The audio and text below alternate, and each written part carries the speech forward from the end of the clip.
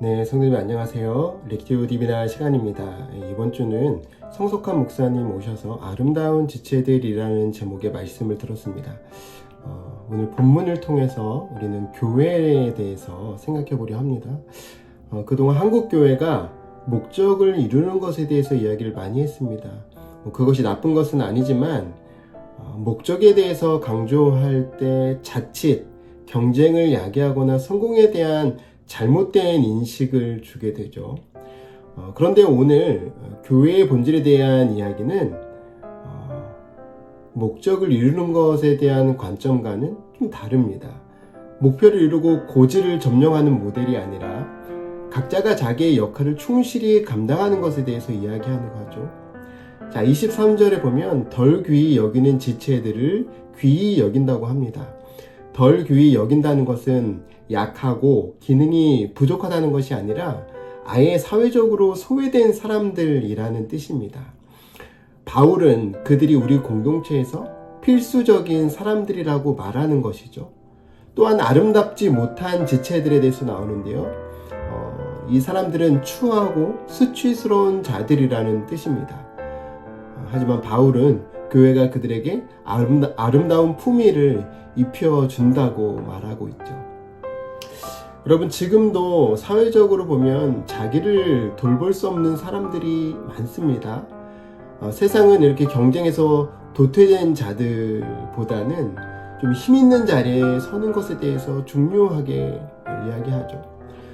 그런데 성경에서는 이미 2000년 전에 세상에서 부족한 사람들을 존귀하게 여긴다고 이렇게 말하고 있습니다. 여러분, 이것이 얼마나 위대한 가르침입니까? 하모니 성음교회가 미랄 복지재단과 함께 장애인들과 함께하고 또 따밥을 통해 노숙인들을 섬기는 일들이 참으로 본질적인 교회의 사명을 감당하는 것입니다. 누가복음에서는 사회적으로 수치스럽게 여기는 가늠한 여인이 등장합니다. 그런데 예수님은 이 사건에 대해서 죄 없는 사람이 먼저 돌로 치라고 말씀하셨죠.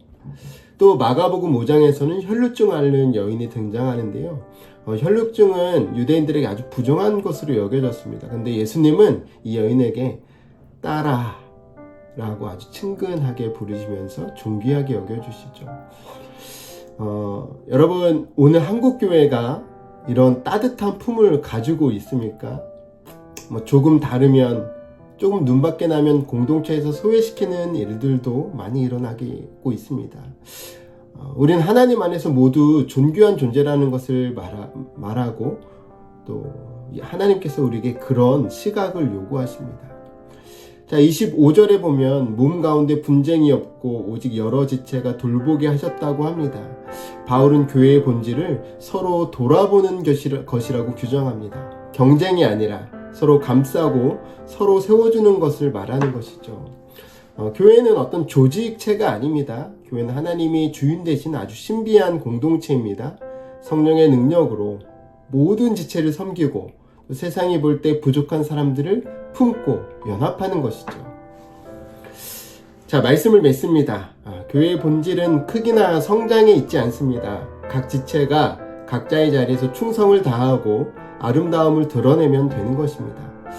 아름다운 지체들은 약자를 귀하게 여기고 부족한 자를 존귀히 여깁니다. 하나님의 관점으로 보면 우리가 가진 어떤 정상과 비정상의 경계는 무너집니다. 우리는 모두 부족하죠. 우리는 세상이 말하는 편견과 차별을 넘어 서로를 존귀히 여기는 공동체가 되기를 바랍니다. 하나님 주시는 은혜 가운데 정말 우리 모두가 한 몸이요 지체임을 증언하며 그렇게 살아가는 하모니 성음의 모든 성도님들 되시기를 축복합니다.